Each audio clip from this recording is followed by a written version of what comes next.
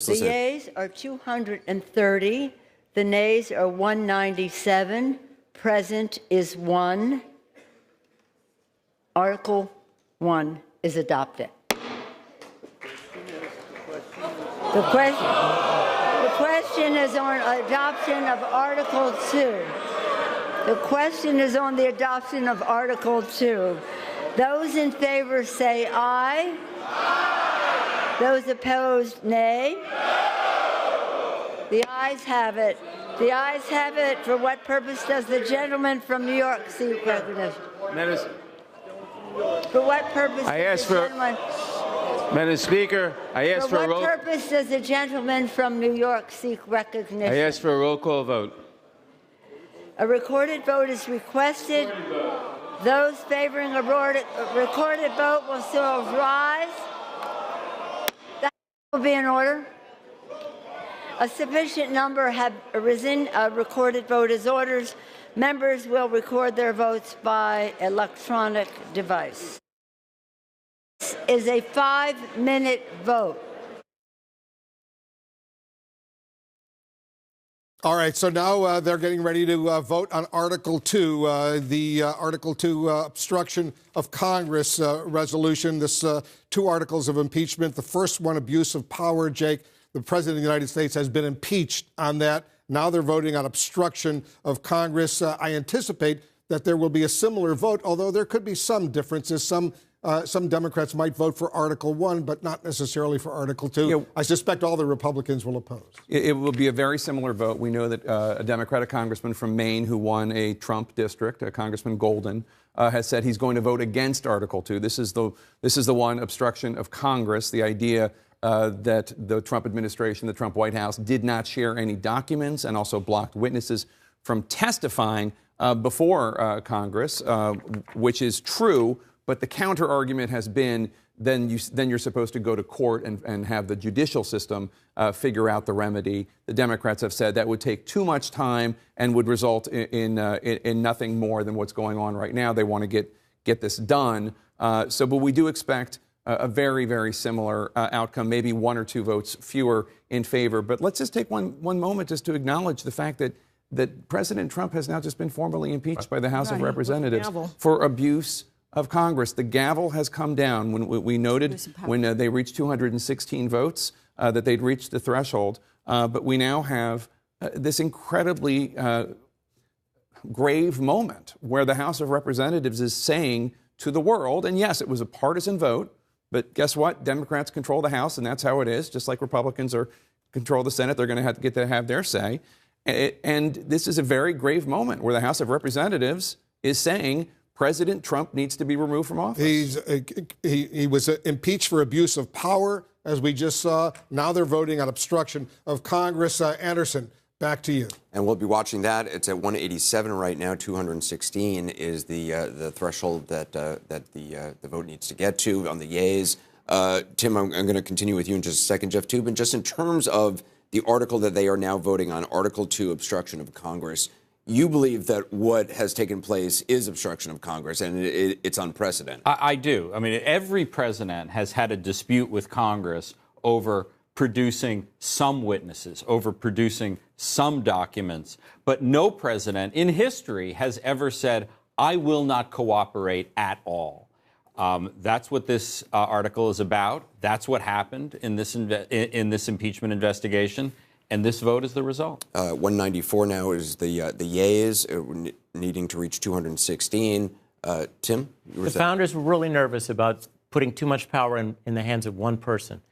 There was no elected commander-in-chief or head of state or head of government in the world in 1787. The United States would produce the first.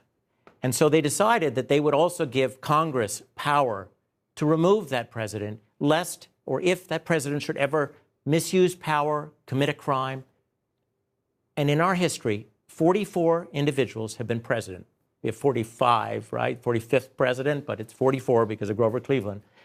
Only 3 of them, now today, their third, have been impeached.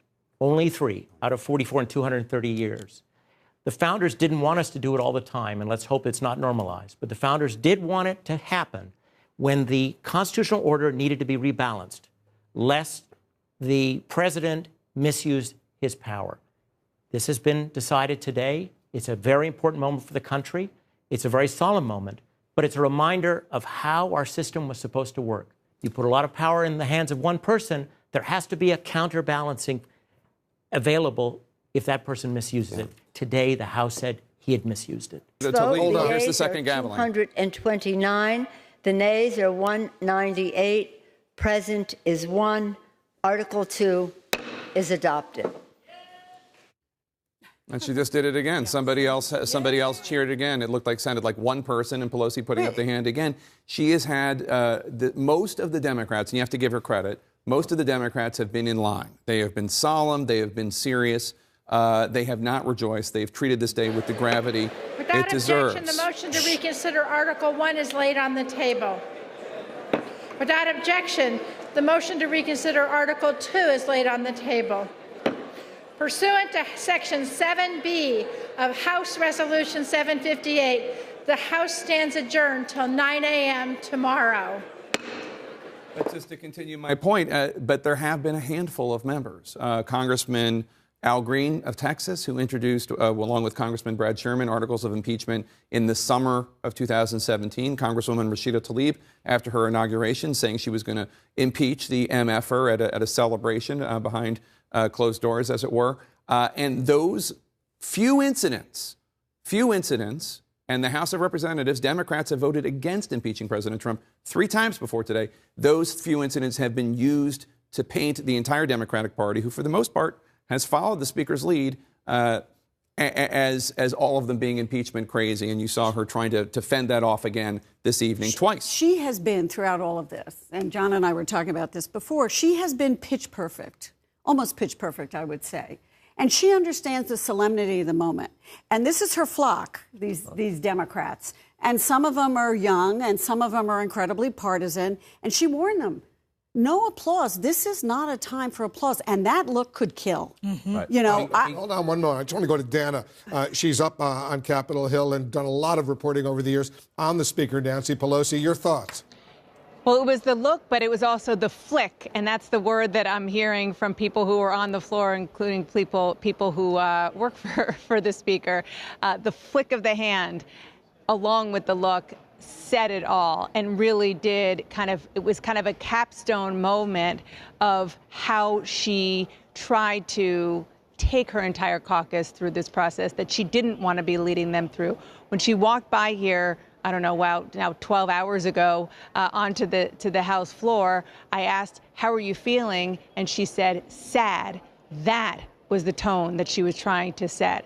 That was the atmosphere that she wanted around this process that she reluctantly allowed and guided the Democrats through. And so that is why that moment is so significant, because it really encapsulates the kind of leader that she is, and as you and Jake were saying, the kind of raucous caucus that she has, particularly the progressive side, who have been pushing, and doing so in a way that she understands in her core is not that beneficial politically.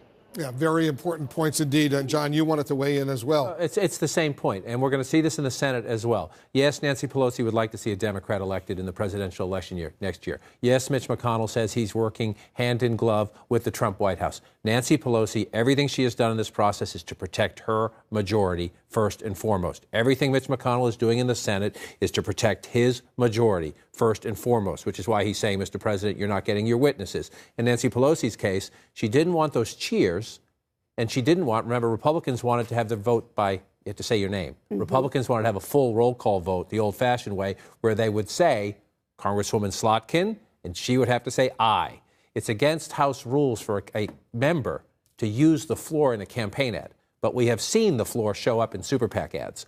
Nancy Pelosi did not want her members to have to, on camera, say aye, because the vulnerable ones, it would be used against them in an ad. And she does not want cheering on the floor, because liberals from very safe districts can all get up and cheer, but some Republican super PAC will use it in an ad against the vulnerable Democrats, saying not only did they impeach the president, they cheered. She did not want that. She is all about protecting her her. Yeah, she didn't want to she play has into their been hands. very much, I think, in some ways behind the scenes. If you think about Newt Gingrich, right, and that impeachment of Bill Clinton, it was very much sort of Newt Gingrich versus Donald Trump. Here, she was wielding her power behind the scenes, thinking about those 30 Democrats in vulnerable districts going to have a tough time getting reelected. But she also understands power, right? I mean, grew up in Baltimore, seeing her father there wield power, and then going over to California and working her way up there as a woman, which must have been very hard. So, I mean, it's been interesting to see her in this process as a woman wielding this power.